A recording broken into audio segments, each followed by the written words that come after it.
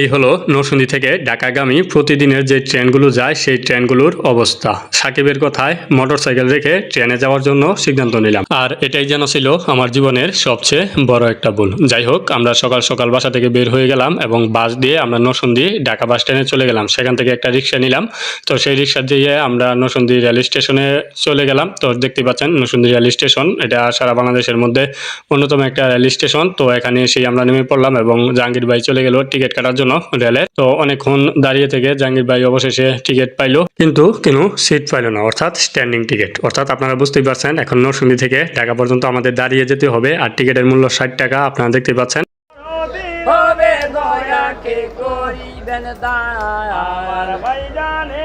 মা বুইনেরা দয়া হবে। এদিকে ট্রেনের টিকিট কাটার প্রায় 1 ঘন্টা পার হয়ে গেল, কিন্তু এখনো স্টেশনে কোনো ট্রেন নাই। এদিকে যার কথায় আমরা এই রেল দিয়ে যাওয়ার সিদ্ধান্ত নিলাম, সে এখানে ব্যানে শুয়ে আরামায়েশে সময় কাটাচ্ছে। দেখতেই পাচ্ছেন মোবাইল টিপসে আর সময় কাটাচ্ছে। তো কি আর করার, ট্রেন নাই। এখানে দেখতে পাচ্ছেন যে একটি ট্রেন ঢাকা থেকে ছেড়ে যাচ্ছে চট্টগ্রামের উদ্দেশ্যে, সেই ট্রেনটি এদিক দিয়ে যাচ্ছে। তো দাঁড়িয়ে দাঁড়িয়ে এগুলোই দেখতেছি। আসলে এখানে টিকিট কাটার পর 1 থেকে 1.5 ঘন্টার সময়, অলস সময়, এখানে কি করব বুঝতে পারতেছি না। তো এখানে হাঁটাহাঁটি করতেছি। তো বলা যায় যে ট্রেনের যে বিরক্তিকর একটি অবস্থা, সেটা অন্তত নরসিংদীর মানুষের জন্য অনেকটা ভোগান্তি। কারণ নরসিংদীর মানুষ চাইলেই সহজে ঢাকা যেতে পারে না, কিংবা ঢাকা থেকে নরসিংদী এই ট্রেনের মাধ্যমে আসতে পারে না। যাই হোক, এটা হচ্ছে প্রশাসনিক ব্যাপার। এদিকে আমাদের ট্রেন চলে আসছে, দেখতেই পাচ্ছেন যে সেই মোগল আমলের ট্রেন। তো এটা দিয়ে আমরা ঢাকায় যাব, কিন্তু আমরা দেখতে পাচ্ছি যে এই ট্রেনগুলো কানায় কানায় একেবারে যাত্রী দ্বারা ভর্তি। এখন চিন্তা হলো যে আমরা এখান থেকে কিভাবে যাব। দেখেন কত যাত্রী এখানে দাঁড়িয়ে আছে। প্রথম দিকে আমরা যখন এখানে আসছিলাম তখন খুব বেশি লোকজন ছিল না, কিন্তু এই ট্রেন আসার ঠিক 4 থেকে 5 মিনিট আগে এখানে প্রচুর পরিমাণে লোক ভিড় জমায়। আর আমার মাথায় আসে না যে এই যাত্রীগুলো এখন কোথায় উঠবে, যেখানে রেলের ভিতরেই অসংখ্য যাত্রী দেখা যাচ্ছে যে দাঁড়িয়ে আছে। তো যাই হোক, আমরা এই বিষয়টাকে মাথায় নিয়ে ট্রেনে যাওয়ার সিদ্ধান্ত নিয়েছি, কারণ নরসিংদী থেকে এমনিতেই প্রচুর পরিমাণে ভিড় হয়, কিছু করার নাই। তো এক পর্যায়ে ট্রেন এসে দাঁড়ালো, আমরা উঠে পড়লাম। কিন্তু রেলে উঠে যেই অভিজ্ঞতা হইলো সেটা আসলে কোনোভাবেই ভুলার নয়।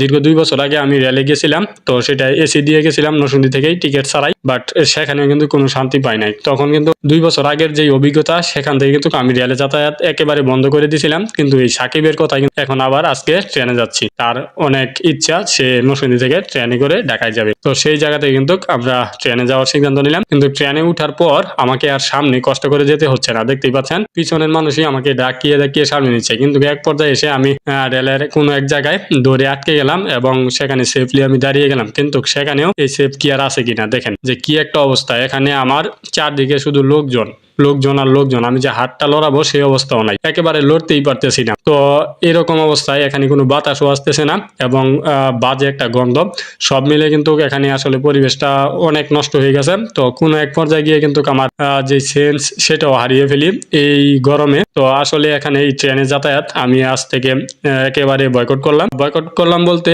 এরকম না যে আমি ট্রেনে উঠবো না, আমি ট্রেনে নরসিংদী থেকে আর কোনোদিন ঢাকায় যাওয়ার এই দুঃসাহসটা করবো না। কারণ এখানে যে গেছে সেই একমাত্র বুঝতে পারবে যে ট্রেনে যাওয়ার, নরসিংদী থেকে ঢাকা ট্রেনে যাওয়ার যে অবস্থা, সেটা আসলে কোনো মানুষ যেতে পারে কিনা। তো এখানে দেখতে পাচ্ছেন একেবারে কারো হাত পা এগুলো লাড়ানির অবস্থা নাই। এখন কথা হচ্ছে যে এত মানুষ ট্রেনে যাতায়াত করে, একটা সিটও খালি নাই।